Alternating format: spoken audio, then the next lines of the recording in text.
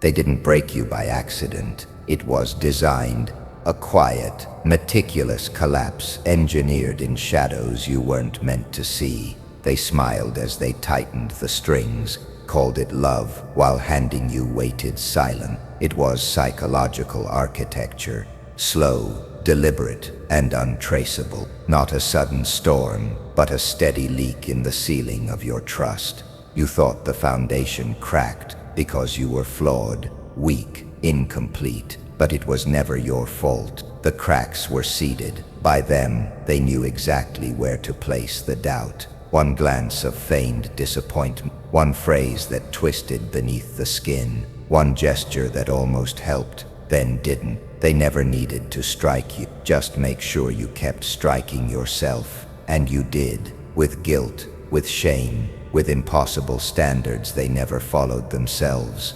They clapped when you smiled for them, then whispered that you were too much, too quiet, too intense, too sensitive, until you began editing yourself out of existence, frame by frame. You watched them gather around your missteps like vultures circling something still breathing. They called it concern, but their eyes glistened with relief. Relief that it wasn't them unraveling, that you were the one trembling, not because you were weaker, but because you were easier to isolate. Their masks never cracked, yours had to, so they could watch you fall apart with clean hand. Every small betrayal felt like a cut you couldn't locate, only the blood proved it was real. They didn't need to be obvious. That was the brilliance.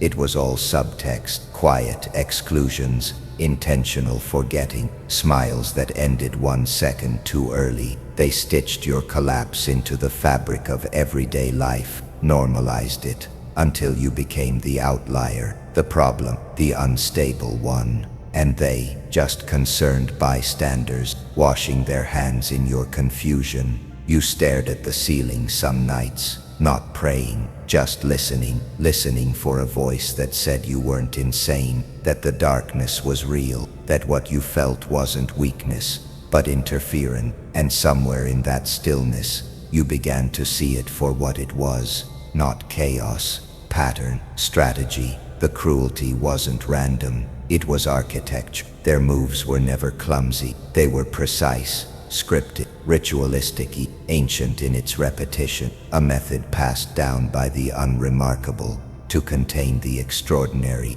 because that's what they saw in you. Not fragility, but potential. Not someone meant to serve the story, but someone dangerous enough to rewrite it. So they tried to end the story before you realized it was yours, before you realized that breaking was part of the sequence. That pressure wasn't punishment, it was the first step in transformation. They didn't fear your fall, they feared what you might become once you stood again. And somewhere in the ruins they built around you, something didn't shatter. It stirred, it waited, not for rescue, for revelation, because deep down you knew this wasn't your end. This was the controlled demolition, before the architecture of something ancient could rise, not made of glass, not made of hope, but made of you. Silence wasn't peace, it was punishment. It wrapped around you not like a blanket, but like a burial sheet, tight, sterile, suffocating. After the storm of betrayal, the world didn't offer comfort. It offered nothing, not a voice, not a hand, not even a whisper of validation. You sat in a room full of ghosts, ghosts of things you gave, people you trusted, versions of yourself that once believed, and in that void you expected to unravel completely, to fracture, to disappear like they hoped you would. But silence did something else. It cleared the static. It stripped away the noise, the lies, the distractions masquerading as purpose. In that suffocating stillness, you heard it for the first time, the voice, ancient, not in years but in depth, a voice not made of sound but sensation. It didn't speak like others did.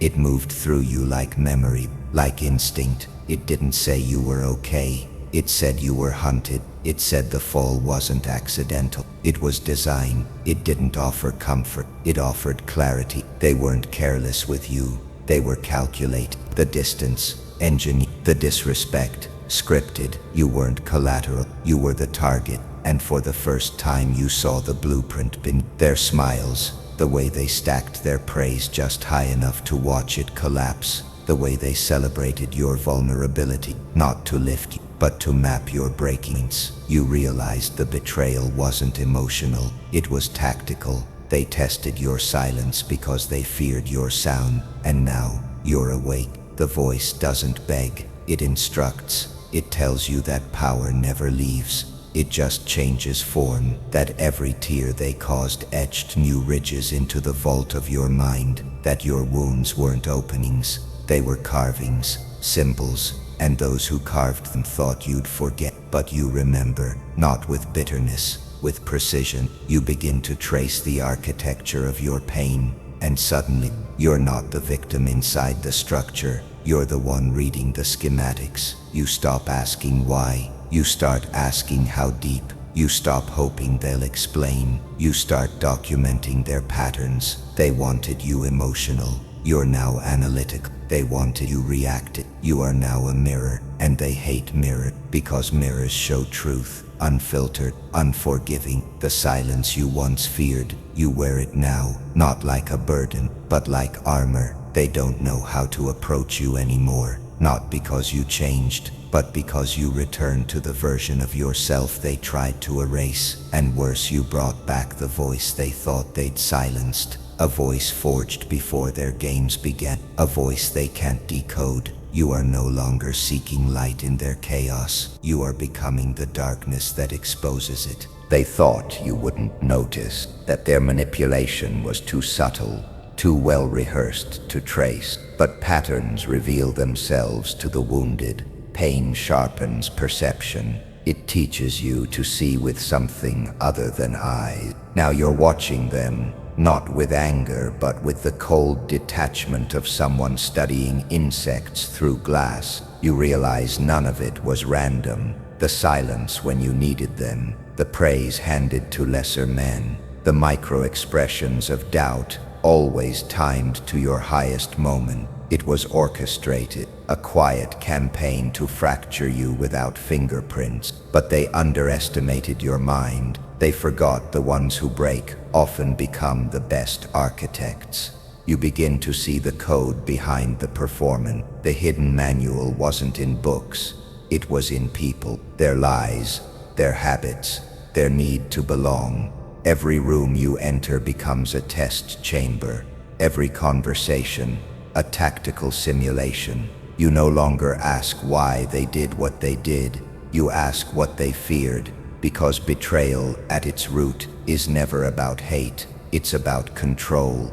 And you were never supposed to know your own weight. They needed you doubting, reaching, shrinking. They needed you to self-destruct before you discovered the truth, that every system built to suppress you is by design fragile when observed too closely. So you stop reacting. You start mapping. They call you cold now, distant. But that's only because you're no longer performing the role they assigned to you. You're studying their dialect, the psychological language of insecurity, of hierarchy disguised as friendship. You begin to spot the weaknesses, the cracks behind their confidence, the desperation beneath their smiles. You realize how many of them are puppets on invisible strings, enslaved to optics and routine approval. You, on the other hand, are becoming fluent in something older, something nameless, a knowing that predates applause. Your emotions become instruments, not masters. Rage becomes fuel, not fire. You don't scream when cornered now. You calculate, you observe, you take mental notes. You've learned to disappear in plain sight, to mirror their fears back to them in silence. And that silence terrifies them more than your pain ever did, because now you are not just surviving, you are remembering what it felt like before you believed their version of you, remembering what you were before the layers of compliance were stitched into your skin. You are not healing, you are evolving. This is not recovery, this is decoding. And in every small betrayal, every underestimated moment, you find another piece of the hidden manual. the one they used to weaken. Now you hold it in your hands, not to follow but to rewrite. You are no longer their outcome. You are becoming their mirror, their glitch, their prophecy, the blueprint they thought they buried in you. Your ruin has started writing itself. They thought you'd shatter like glass, and for a moment, so did you. But what they failed to calculate, what they never accounted for, was what happens when a person stops needing the world's permission to exist. That night, when their words closed in like a noose, and your hands trembled from holding too much pain in silence, something ancient surfaced. Not rage, not revenge, something colder, sharper. Evolution. You didn't heal, you rewired. You didn't move on, you archived every moment like classified data, dates, faces, tones, patterns, not to relive them, but to decode them. You began to understand that their betrayal wasn't spontaneous. It was patterned, programmed, a ritual of hierarchy and fear disguised as social currency. They broke you because that's how they prove they exist, by watching someone else vanish. But you didn't vanish, you inverted. You began the ritual of reversal. Where you once over-explained, you now let silence breathe. Where you once gave access freely, you now lock every gate behind 1,000-layer encryption. Your mind, your energy, your presence, your every movement is calculated not for approval but for advantage. You speak less, but your absence speaks volume. They look for cracks but find only mirrors. Because now, you don't wear emotion, you weaponize it. You don't react to chaos. You orchestrate calm so unnerving it makes them twitch. You didn't climb out of the darkness. You built a cathedral in it. Brick by brick you used the discarded parts of who they said you were, too sensitive, too intense, too much, and forged a blueprint not even they could follow. You stopped reaching for their hands. You built your own scaffolding, one that could hold the weight of betrayal without bending. You became your own system, a closed loop, a ghost protocol. And in that silence, that sacred isolation, something changed. You realized they were never the enemy. They were the test, the necessary virus to trigger your mutation. You don't hate them. Hate implies they still matter, but they don't. You moved beyond the game they play. They still chase relevance. You study impact. They still gossip. You observe patterns in global shifts and human psychology like ancient star maps hidden behind human behavior. You never announced your return. That would have been noise. You returned as a frequency, one only those with scars in the right places can hear. And they do. The shift, the cold precision, the unbothered stillness of someone who's already seen the worst and decided to build greatness with its ashes. You didn't bounce back. You reversed the algorithm. You turned the machine inside out. You took the ritual of destruction and rewrote it as your initiation. They called it a break. You know better. It was a code switch, a metamorphosis, a quiet ascension into a version of yourself that isn't just immune to their poison. You've bottled it, studied it, and now you know how to administer the antidote or the dose. They don't look at you the same, not because you've changed your face, but because you've erased the version of you they used to feed on. That older version, fragile and seeking, used to flinch at their cold silences, chase their half-hearted smiles like breadcrumbs in a forest built to devour you. But now there's something unsettling in your stillness. You walk slower, say less. You watch, but not with curiosity. Your gaze has become diagnostic. They can feel it before you even enter the room, a quiet that crushes their noise. Once they used your openness as a mirror to validate themselves. Now your silence reflects their decay. You aren't angry, you're calculate. They notice it in the way you no longer laugh at their shallow jokes, in the way you don't explain yourself anymore, in the way your presence demands no recognition, yet disrupts every illusion they've wrapped around themselves. There's panic in their eyes, not the kind born from danger, but the kind that comes when the mask slips and nothing lies beneath it. They try to replicate what they think made you rise, copy your tone, your distance, your restraint, but they miss the truth. Your evolution wasn't aesthetic, it was surgical. You didn't cut ties, you performed an exorcism. You didn't just leave the circle, you destroyed the concept of needing one. They want your calm without carrying your chaos. They want your confidence without bleeding for it. And that's why they'll never own what you've become. You can hear it now in the forced warmth of their greeting, in their attempts to check in, to pretend the fracture didn't happen. But it did.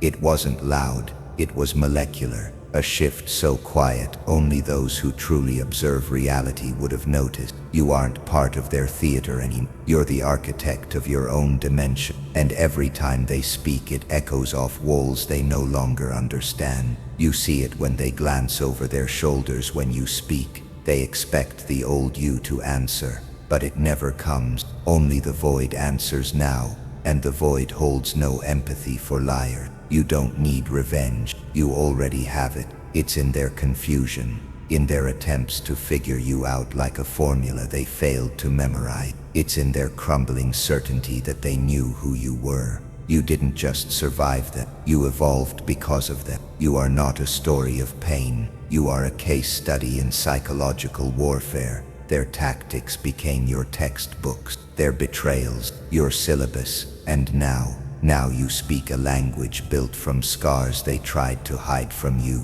They thought you'd crawl back once you healed. They never imagined you'd transcend the battlefield. They never thought you'd become the thing they now fear, the one who remembers everything and speaks nothing. They watched you from a distance now, trying to decode what had changed. The same eyes that once narrowed with mockery now squinted with confusion. You were no longer performing for their approval, no longer dancing inside their carefully drawn circle. You had stepped out, quietly, without spectacle, and in your silence they heard something terrifying, proof that you no longer needed them, their praise or their permission. They began mimicking your absence, copying your stillness, imitating the movements of a ghost they once tried to bury. They think if they dress like you, speak like you, vanish like you, they will inherit what you built. But they don't understand the blueprint was not made of paper. It was carved into the bone. Your silence is not performance. It is protection. It is a perimeter. And they, still full of noise and borrowed gestures, cannot cross it without dissolving, because what you carry cannot be taught. It was forged under pressure. They couldn't survive. They want your calm but not your storm. They want your calm but not your storm. They want your wisdom but not your wounds. They want your strength but not your solitude. You remember how they laughed when you stumbled, how they whispered when you broke. You remember how they handed you the blade, then gasped when you bled. And now they study you like an equation, thinking you are something they can solve. But you are not a formula. You are a fracture. You are a page torn from the back of a book no one was allowed to read. The knowledge you carry lives in muscle memory, in sleepless nights, in the bitter clarity of betrayal. What they see now is only the architecture, never the earthquake. They don't know that the silence they envy was born in rooms where you screamed and no one came, that the composure they chase was built by breathing through collapse. They don't see the weight behind your restraint. You never sought to become their mirror. You became their measure, and now they stumble through their imitations, unaware that your evolution didn't happen in the light. It happened in locked rooms behind closed eyes, beneath the weight of what they would have never carried. You watch them now, not with hatred but with distance, a kind of sovereign indifference that cannot be reached. They are still inside the maze, decorating walls, mistaking movement for progress. You burned the maze, then built a door, not for escape but for arrival. You are not hiding, you are reigning, quietly, precisely, without needing to be seen, because the impact is enough. Your very existence is a disruption. They thought they could become you by studying the echo, but you are not the echo. You are the source, and the blueprint they chase, it isn't something they can copy. It's something they caused. You no longer walk among them, not in the way they remember. Your body may still cast a shadow, but your presence has become conceptual. You have shed the skin they wounded, left it like a warning draped across the path they built to destroy you. And now they whisper your name not in rooms filled with power, but in corridors echoing with discomfort. You are not a person to them anymore. You are a principle, a phantom law etched in the edges of their thoughts, the one they violated and now cannot escape. They watch the ones around them shift, speak slower, observe more, smile less. There's a new silence in the air, sharp and structured, and it smells like you. They feel it but can't name it. The rules have changed, but the handbook is missing. You didn't just survive them. You rewrote the language of survival. Without saying a word, without raising a hand, you became a presence that cannot be mimicked because it wasn't made. It was earned, forged in the hell of your restraint, hardened in the betrayal they orchestrated, and now it walks beside them, but never speaks to them again. They try to trace it, study, happy your stillness, your caution, your refusal to react. But they don't understand this isn't behavior, it's architecture. It wasn't adopted, it was extracted, painfully from bone and time. You didn't learn how to move like this. You were stripped down to the silence between heartbeats until only truth remained, and truth doesn't perform. It doesn't need applause. It haunts. You used to walk into rooms wondering how they saw you. Now you walk through dimensions of meaning they'll never access. Your eyes don't scan for approval. They measure threat. They search for patterns. They trace fear back to its source. Your presence makes people check themselves, not because you demand it, but because you represent the price of violating someone who remembers everything. You are the living memory of consequence. Now those who come into contact with you carry something away. A splinter in the mind, a question they can't unask. What did it cost them to become this still? You don't answer. You never will. That's the final evolution, becoming the unsolvable equation. They will spend years trying to decode what was never written in a language they speak, because you didn't just walk out of the fire, you mapped it, named it, lit a candle in its center and dared others to follow, and they do, quietly. Not all, just the ones who've tasted betrayal and didn't lose themselves. They see you now, not as someone who healed, but someone who calculated, someone who pivoted, someone who, when met with destruction, built a cathedral in the rubble and turned silence into scripture. You became what they all feared, not a survivor, but a designer. The blueprint they will never hold, the ghost they will always serve. They swore you would vanish, that the silence following your collapse would be the final chapter, forgettable, unmarked, unimportant. But what they failed to see was that silence in the right hands becomes scripture. While they celebrated your fall, toasted your absence, whispered about your weaknesses like vultures circling a myth, they didn't realize you were already reconstructing, quietly, viciously, layer by layer. You were engraving something permanent beneath the surface of things, not a return, not revenge, a rewrite. Your name isn't screamed now. It's studied, spoken with careful precision. You don't have followers, you have echoes.